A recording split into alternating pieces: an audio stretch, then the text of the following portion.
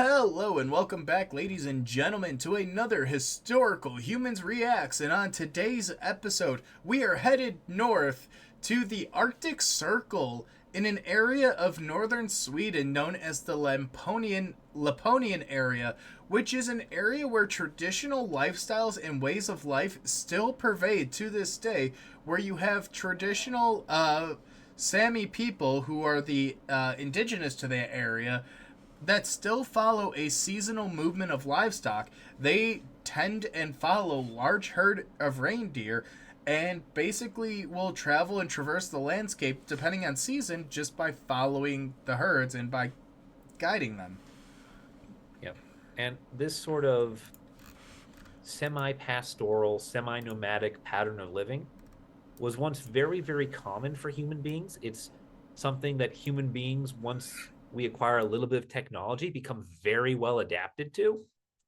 And at this point in time, the modern era, it's actually becoming very rare. And so this Laponian area is one of the last places on Earth where this can be seen, where this tradition is maintained. And because of that, and also because it is a very beautiful mountainous region in the Arctic Circle, it gets on the UNESCO heritage site for basically both the lifestyle it preserves and the nature in which it is preserved.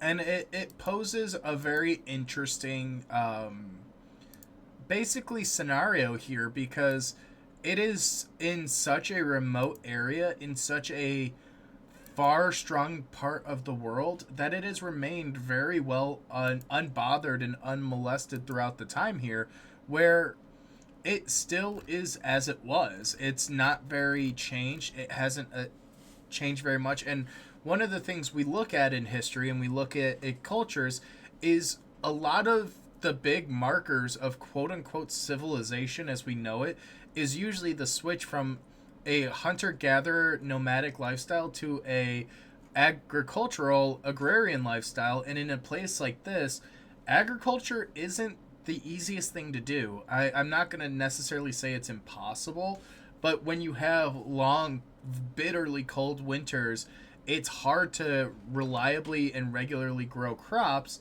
So the people in this region adapted instead to following these large herds of reindeer, and they use that as one of their primary sources of food. And it's very interesting because it's so far and so remote. Development hasn't really destroyed the landscape, so to speak, because one of the biggest threats to pretty much any historical site besides looting is development. So to see that, and they actually do note it in this UNESCO article here a little bit further on, that one of the major threats to this is the advent of the motor vehicle, because it's giving people access to these remote areas that are traditionally served by these nomadic, semi-nomadic peoples. Yeah. Yeah, and to give you an understanding of scale for just how long this has been going on, archaeological remains testify to these people being here about 6 or 7 thousand years ago, but it's believed that human habitation began about 10,000 years ago. We can confirm through archaeology the domestication of reindeer by these people 2,000 years ago.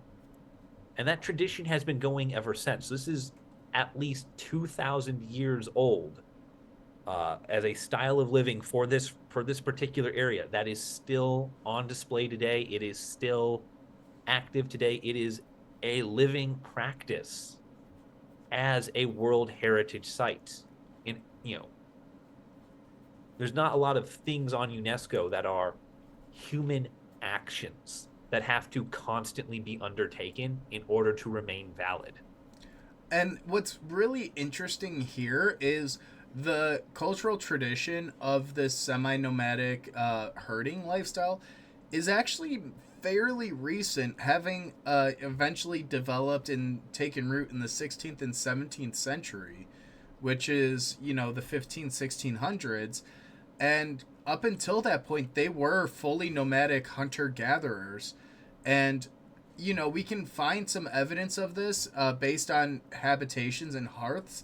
but now they have a more permanent footprint on the landscape where in the summers families will occupy cabins up in the mountains versus their traditional dwellings, which, if you ask me, is a phenomenal way to spend the summer up in the mountains of Sweden. Absolutely. And then in winters, they will move with the herds and go elsewhere.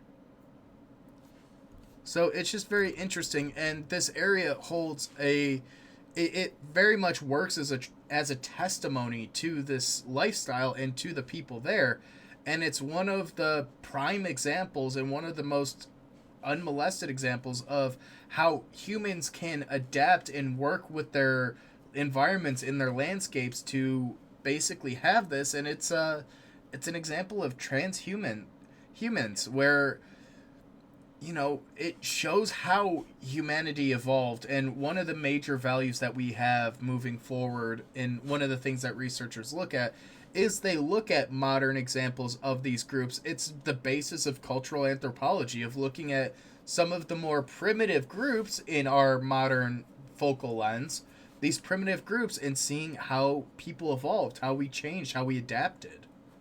Yeah, and one of the one of the very nice things about the Laponian area in particular is the way in which it's protected, which is actually, I think, just from what I've read here on the UNESCO site with the write up that they've done, seems to be a pretty phenomenal job by the Swedish people, given that they guarantee the territorial integrity of the Sami people. They guarantee the continued right for reindeer husbandry by law. They guarantee traditional rights to the introduction of domesticated wildlife like dogs into the territory. They guarantee all the fishing, all the felling, all the pastures, all the hunting. Basically, everything that these people would do traditionally is by law their right and theirs alone to do on this land. Technically, the United States has that with treaties. However, a lot of treaties are not very well enforced, unfortunately. Yeah, But and it's just, given that UNESCO talks about Sweden looking to expand the amount of territory the Sami have, it seems likely that this is probably a little bit nicer than how things are done in the United States.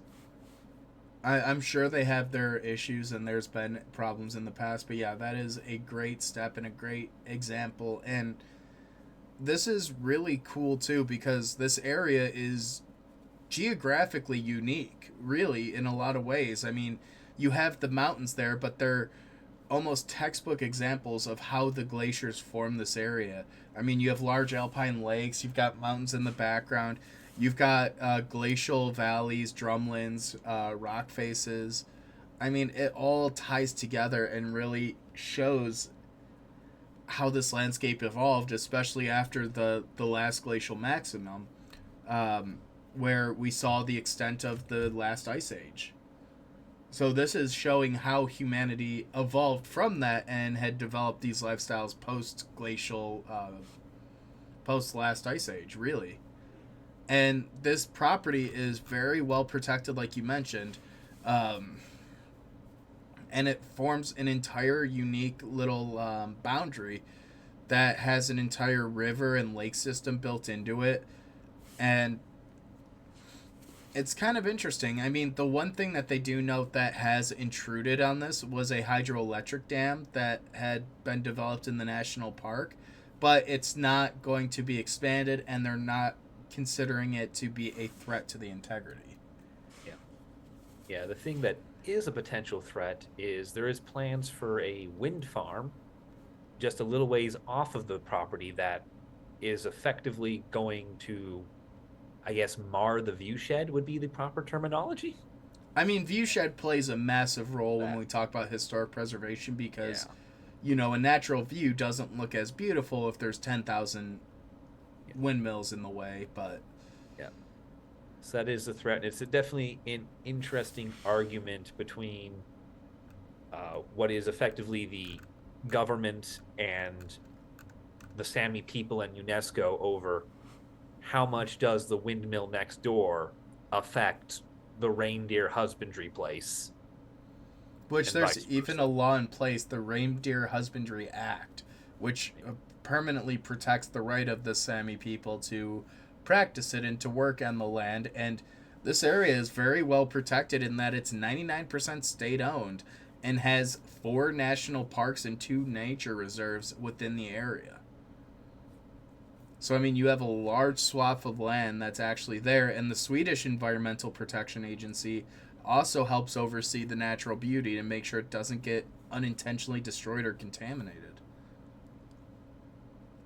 Yeah. And then Yeah. you have the different Sami communities in the area, which are also out there.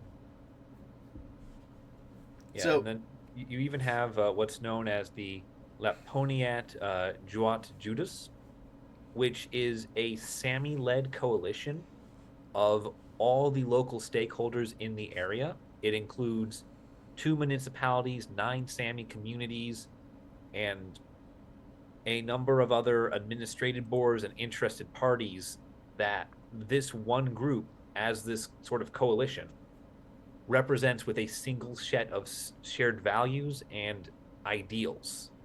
And the fact that it is Sami led is crucially important to this actually representing that. And I think that's a wonderful part of the protection here is that it's all under the authority of this group.